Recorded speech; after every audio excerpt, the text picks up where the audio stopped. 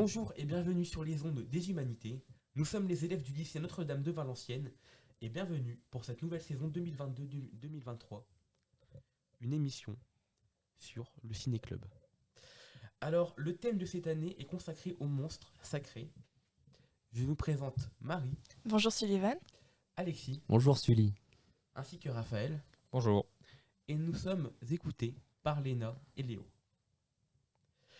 Alors, le thème de l'année se base sur une problématique assez simple. L'étude des œuvres cultes, des modèles fascinants ou des apparences déshumanisantes, et de quelles humanités nous parlent ces miroirs.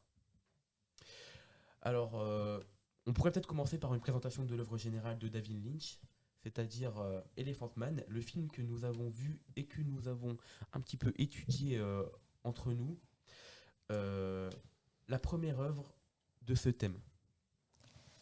Alors, en effet, donc Elephant Man a été réalisé en 1980 par David Lynch, un célèbre réalisateur américain nommé plusieurs fois aux Oscars du cinéma. Donc, ce film se passe à Londres en 1884.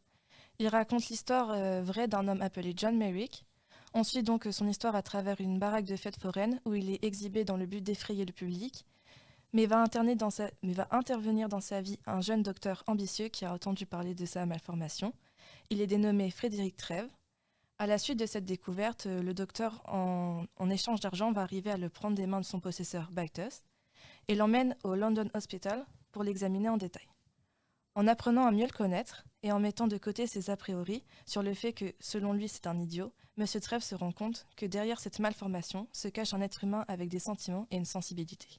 Quelles sont ces déformations physiquement ? Alors, Elephant Man, alias John Merrick, est né avec une maladie d'hypertrophie qui consiste à remplir des poches d'eau sous ses os et sa peau qui l'ont totalement déformé. En plus de ça, il a aussi de nombreux problèmes cutanés sur la peau qui lui offrent de nombreuses déformations et c'est ainsi qu'on voit la monstruosité du corps. Malgré toutes ces maladies, il n'est pas touché mentalement.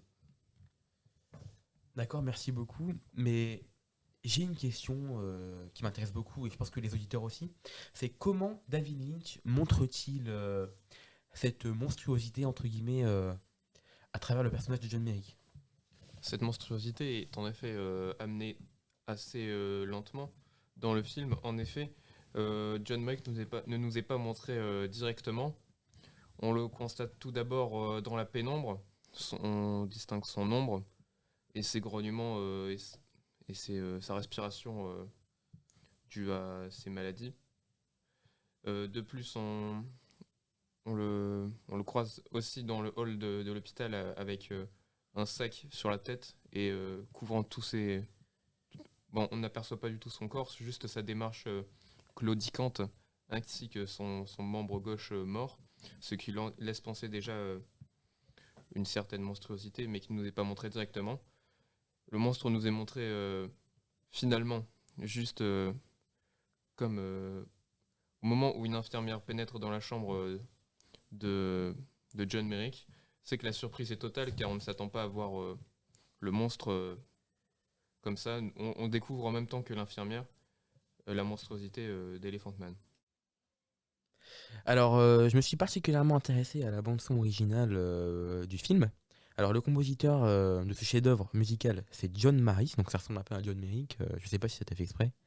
Donc, il a vraiment réussi à retransmettre toutes les émotions données par le film avec ses compositions. Par exemple, la bande-son numéro 1, celle de l'introduction, est particulièrement intrigante. On trouve comme élément principal un son de cloche tremblante joué sous forme de mélodie très représentative du mystère ainsi que de la peur. Le compositeur a fourni un très très gros et excellent travail sur ses bandes originales. C'est comme un film dans le film. Et personnellement, en réécoutant ces soundtracks, j'ai vraiment réussi avec facilité à me retranscrire les images du film dans ma tête. Il, il est, il est vrai que David Lynch réussit à montrer la monstruosité en fonction de différents regards, dont le regard médical. Alors oui, en effet, à un moment du film, on voit le docteur Trèves emmener Elephant Man devant une assemblée de médecins pour montrer sa malformation. Et donc, on peut se demander donc à ce moment dans le film si le docteur Trèves ne reprend pas les mêmes codes que son ancien possesseur et devient-il pas aussi horrible que lui? Ah oui, alors je suis tout à fait d'accord, parce que dans une scène, on voit la remise en question de Frédéric Trèves, qui se pose la question s'il n'est pas un second Bites à profiter de la monstruosité d'Elephant Man pour se faire une renommée de médecin. Voilà. Et on peut aussi se dire, est-ce que David Lynch n'est pas lui aussi un profiteur de Elephant Man? Du moins, est-ce qu'il n'a pas eu cette réflexion? Car en effet, faire un film sur Elephant Man, serait-ce aussi profiter d'Elephant Man?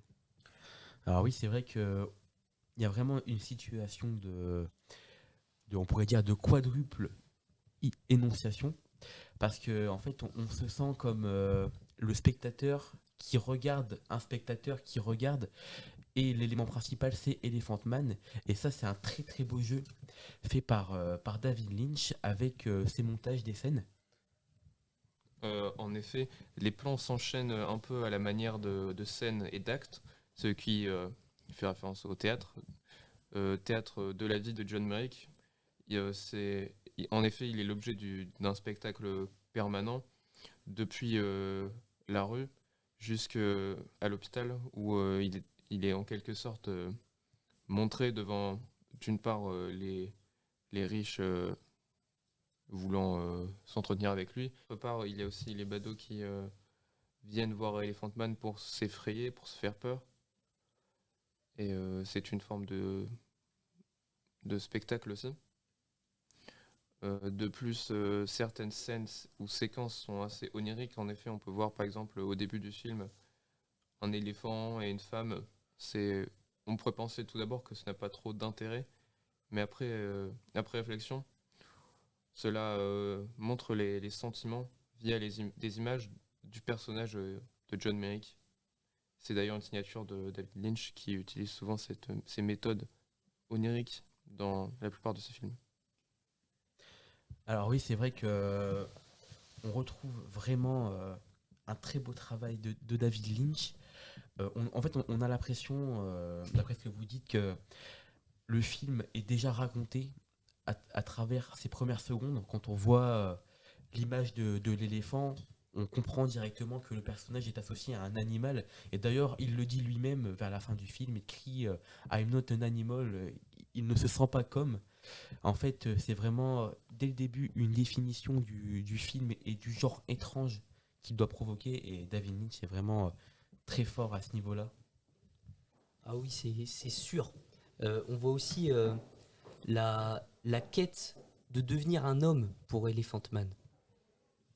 Euh, il- Grâce à Frédéric Trèves et à tous ses amis qui l'ont aidé dans sa vie, on voit qu'il est devenu un homme, qu'il a retrouvé sa dignité, et c'est ainsi qu'il pourra choisir sa fin en ayant au moins le sentiment d'accomplir quelque chose.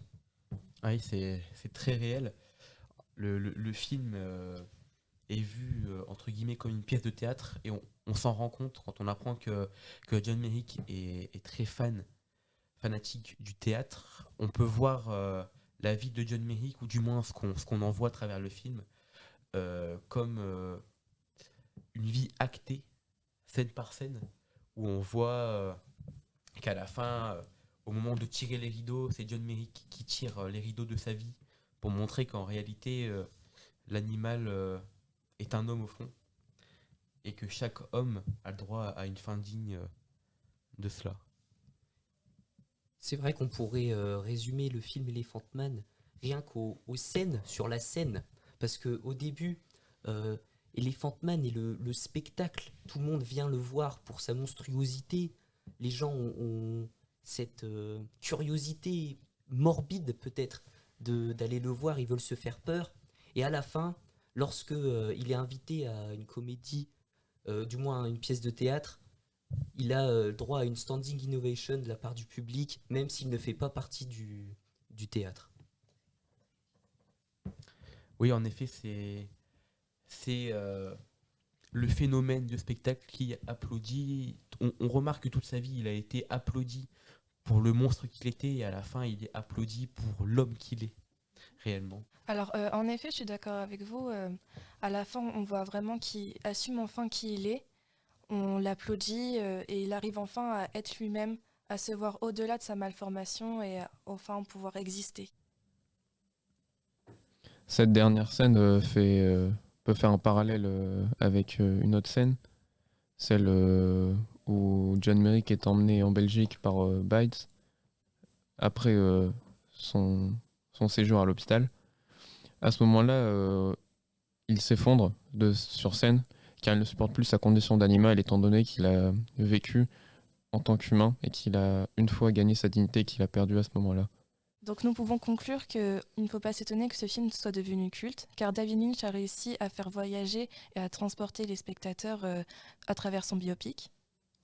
Pour l'anecdote, quand on a été voir le film avec toute la bande, il y a une quarantaine de personnes qui, à la fin du film, ont applaudi tellement, 40 ans après, le film, dû par ses principes révolutionnaires, continue de choquer.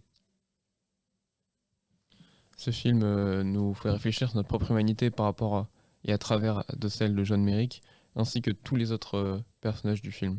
Ce qui est très intéressant d'ailleurs. Alors oui, je suis totalement d'accord avec vous trois. Alors je vous remercie, un grand merci à Marie, Alexis et à Raphaël. Je remercie également le Radio Club de Wallers qui nous permet de projeter nos ondes sur les leurs. Et merci aussi à toute l'équipe du lycée Notre-Dame qui nous a permis de voir ce film. Et si vous le voulez bien, le prochain film diffusé sur le grand écran de Notre-Dame, c'est Psychose de Alfred Hitchcock. Alors on se retrouve peut-être pour une prochaine émission sur les ondes des humanités. À la prochaine.